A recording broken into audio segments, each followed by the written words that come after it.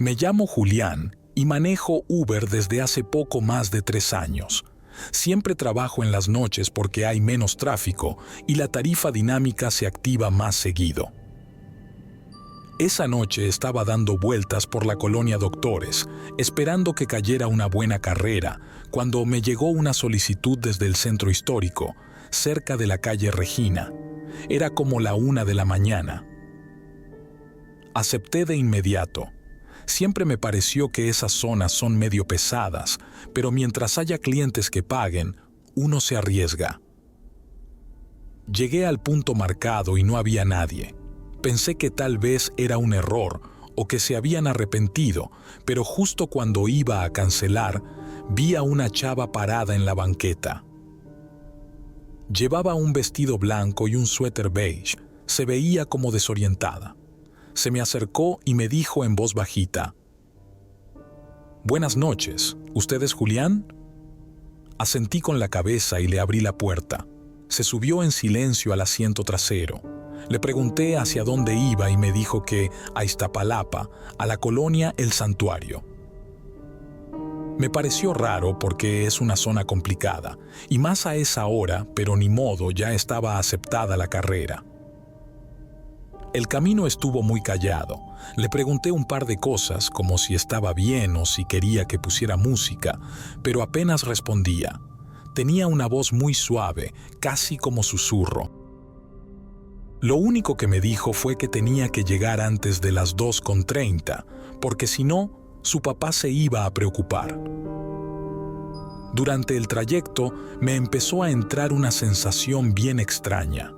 A pesar de que el carro iba en movimiento, sentía que el ambiente se ponía cada vez más pesado, como si algo no estuviera bien. A la altura del viaducto, cuando el tráfico estaba completamente muerto, empecé a notar que los faros de los postes parpadeaban cuando pasábamos. Pensé que era coincidencia, pero se repetía uno tras otro. En una esquina vi un crucero con un altar improvisado, de esos con veladoras y flores. Cuando pasamos por ahí, ella bajó la mirada. No me quise sugestionar, pero ya empezaba a sentir la piel chinita. No hacía calor y, sin embargo, tenía gotas de sudor en la frente. Cuando me faltaban como 15 minutos para llegar, empezó a hacer mucho frío adentro del coche. Pensé que tal vez era el aire acondicionado, pero estaba apagado. Miré por el retrovisor para decirle algo, pero no vi a nadie.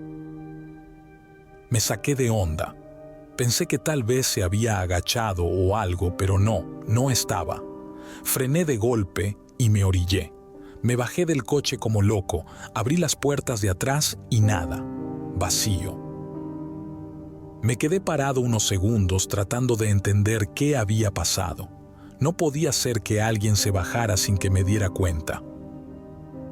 En eso, una señora que iba pasando se me quedó viendo raro y me preguntó si estaba bien. Le dije que sí, que traía una pasajera y desapareció. La señora se me acercó más y me dijo: ¿era una muchachita de vestido blanco? Yo solo asentí. Tenga cuidado, joven. Esa muchacha murió hace como 5 años en esa esquina. La atropellaron cuando iba camino a su casa. Desde entonces, muchos choferes de taxi y Uber la han levantado pensando que es una pasajera real. Siempre pide que la lleven al mismo lugar, pero nunca llega. Sentí un vacío en el estómago. Ya no quise seguir trabajando esa noche. Cancelé todo y me fui directo a mi casa. El asiento de atrás olía a flores, como a cempasúchil, y juro que sentí que alguien me iba viendo por el espejo retrovisor todo el camino. Desde entonces, evito esa zona a esas horas. Y cada vez que recojo a alguien que no habla mucho y va vestido de blanco, me pongo a temblar por dentro. Una semana después, le conté la historia a un compañero que también maneja Uber. Me dijo que no era el único que le había pasado eso. Incluso él, una vez, sintió que alguien se le subió sin haber aceptado ninguna carrera y escuchó una voz detrás que le pedía ir a casa con papá. Era la misma frase que me dijo a mí. Un día me armé de valor y fui hasta la dirección exacta que me marcó aquella noche. Pregunté en una tiendita que está en la esquina. Una señora mayor me miró con cara de que ya sabía lo que iba a decir. Me contó que la muchacha se llamaba Patricia, que era una joven muy querida en la colonia y que su papá todavía vivía ahí. Me acerqué a la casa, toqué la puerta y me abrió un señor ya grande con mirada cansada. Le dije que me había pasado algo extraño con una pasajera que pidió ir ahí y que mencionó que su papá la esperaba.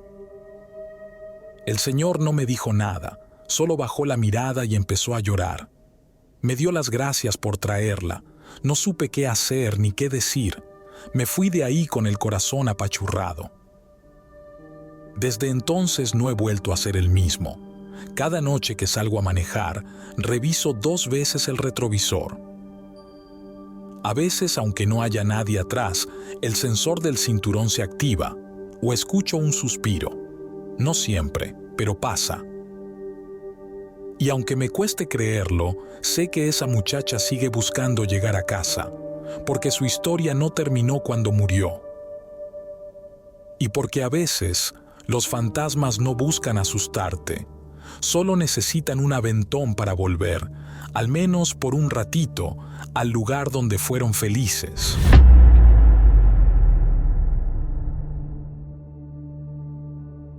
Me llamo Edgar y soy conductor de Uber. Esa noche me encontraba dando servicio por la colonia Doctores porque alguien canceló un viaje que me había llevado hacia ese rumbo. Ya era tarde, pasaban de la 1 de la mañana, y normalmente a esa hora intento alejarme de esa zona, no porque me haya pasado algo antes, sino porque se siente pesada, como si algo raro estuviera en el aire. Pero pues ya andaba por ahí, y me dije que echaba unas 2 o 3 corridas más antes de apagar la aplicación. No había pasado ni 5 minutos cuando me cayó un nuevo viaje. El punto de partida era en la esquina de Dr. Velasco con Dr. Lucio, justo donde están unos edificios viejos con fachadas grafiteadas y faroles que parpadean como si ya no dieran para más. Me dio mala espina desde que lo vi, pero el pago era bueno y el destino era hacia el centro histórico, así que acepté. Llegué al punto y me estacioné frente a un edificio como de 3 pisos. La fachada estaba descarapelada y parecía deshabitado. Marqué al usuario, pero no contestó.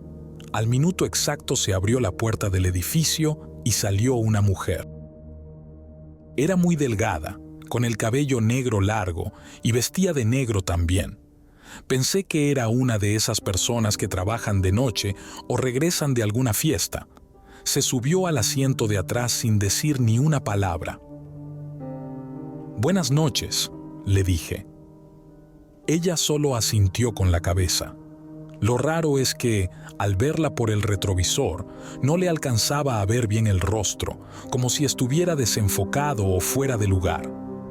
Pensé que era por el espejo o por el vapor del interior, así que no le di mucha importancia. Durante el trayecto, el silencio era muy incómodo. Pasamos por Dr. Bertis y luego dimos vuelta hacia la calle de Dr. La Vista. Ahí fue cuando la cosa se puso extraña. Ella habló, pero no con una voz normal. Su voz salió como distorsionada, como si alguien hablara a través de un radio viejo. «No debiste venir». Me congelé. Quise pensar que lo había dicho en otro contexto, pero cuando la volteé a ver por el espejo, ella me estaba mirando fijamente y sus ojos no eran ojos. Eran completamente negros, sin pupilas, sin nada. Pisé el freno de golpe. Me bajé del coche del susto y cuando di la vuelta para abrirle la puerta y pedirle que se bajara, ya no había nadie. El asiento trasero estaba vacío. Lo juro por lo que más quieran. Ella se había subido. La vi, le hablé, la escuché. Pensé que estaba alucinando. Me senté en la banqueta a calmarme y fue entonces que el celular vibró. Era un mensaje desde la aplicación de Uber que decía: «Tu viaje ha finalizado. Gracias por tu servicio».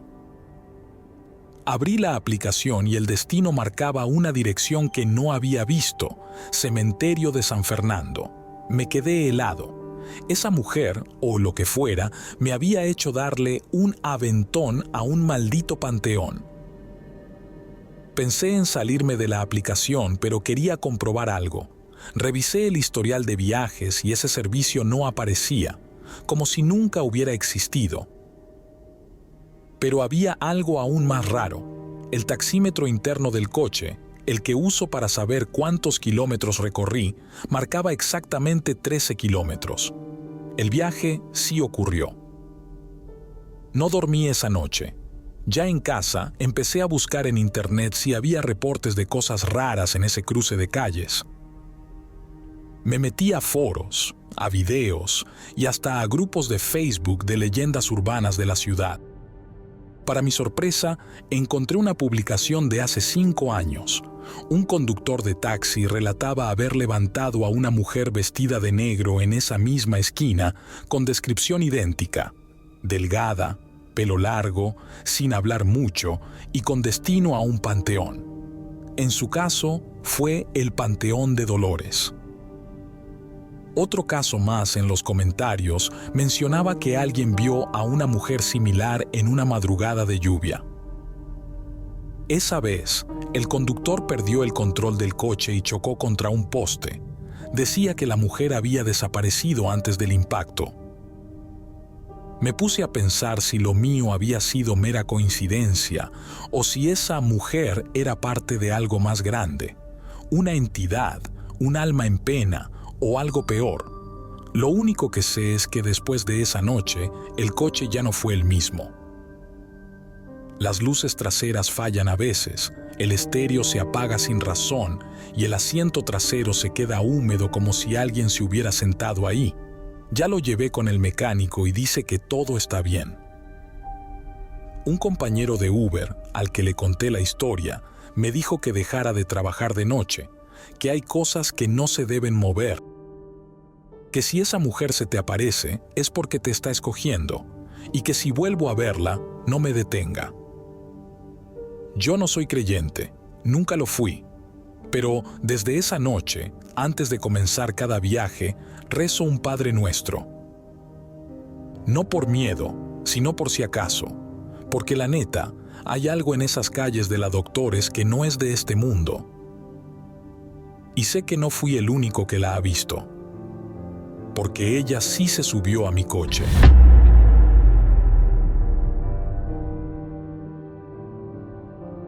Mi nombre es Julián y soy chofer de Uber desde hace ya varios años. Siempre me ha gustado manejar de noche, cuando las calles están más tranquilas y el tráfico no es un problema. Esa madrugada en particular, había terminado un viaje en el centro de Guadalajara y como ya eran casi las 3, pensé en dar una vuelta por Oblatos y Miravalle para ver si caía otro servicio antes de irme a casa. Gran error. Todo comenzó cuando me sonó una alerta de viaje en una de esas callecitas pegadas al Panteón de Mezquitán. El usuario se llamaba Rosaura y la dirección indicaba que debía recogerla justo frente a una casa antigua, con esas fachadas descarapeladas y balcones de hierro forjado que ya casi no se ven. Me estacioné frente a la casa y esperé. El reloj marcaba las 3:07. Pasaron unos 5 minutos y la puerta se abrió. Vi salir a una mujer vestida de blanco, como con un camisón largo. Pensé que era muy raro que anduviera así a esas horas, pero me dije, cada quien su estilo. Abrió la puerta trasera y se subió sin decir palabra. Solo me dijo, vámonos por la calle Hidalgo hasta el final. No pregunté nada, arranqué. El trayecto fue silencioso. Yo traté de sacar plática como suelo hacer, pero la señora no respondía, solo miraba por la ventana. Pero lo que me dio mala espina fue el espejo retrovisor. No la veía, o sea, la había visto subirse, había oído su voz, pero en el espejo no aparecía. Pensé que era mi imaginación, que el ángulo no la captaba o algo así.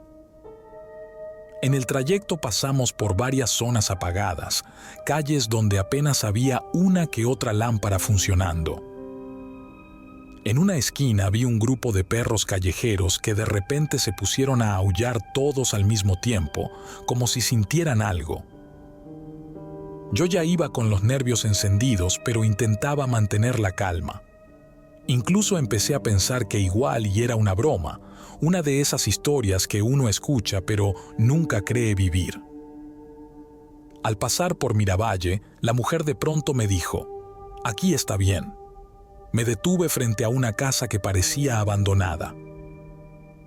Las ventanas tapadas con madera, el portón oxidado y maleza creciendo por todos lados.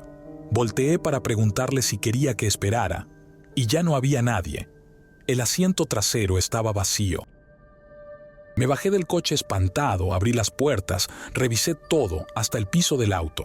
Nada, ni rastro de la mujer, como si nunca se hubiera subido.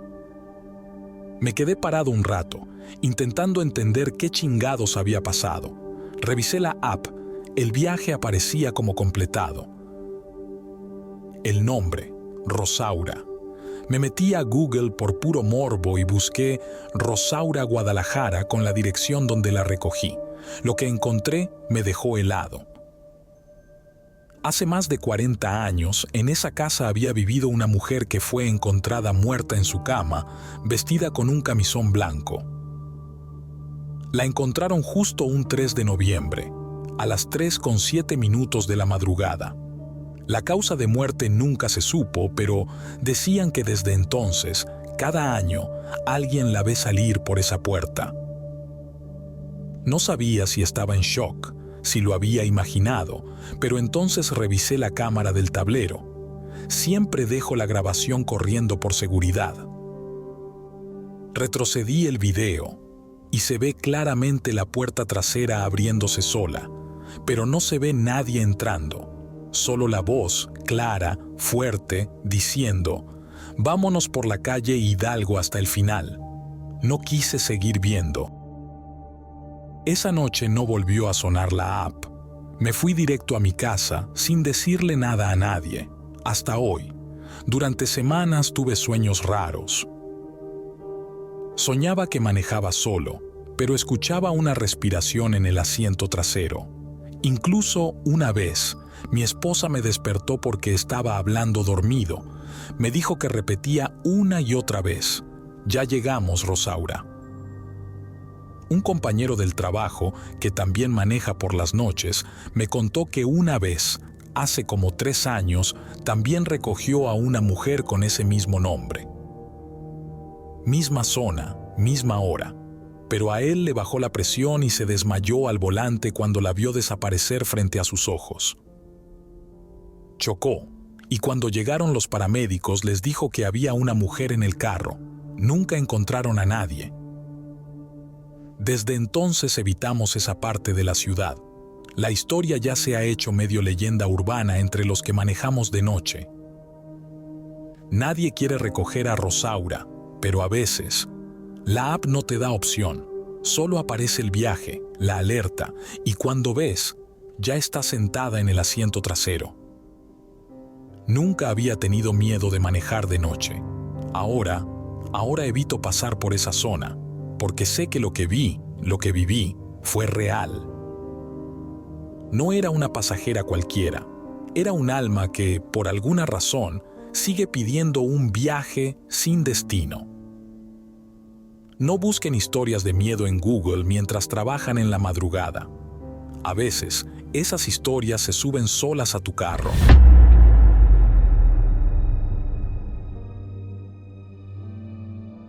Me llamo Sergio y manejo Uber en Monterrey desde hace ya 5 años. Esa noche andaba dando vueltas por la zona de Mitras, esperando que cayera un viaje decente porque, la neta, estaba floja la noche. Eran eso de las 11 cuando me entró una solicitud desde el barrio antiguo.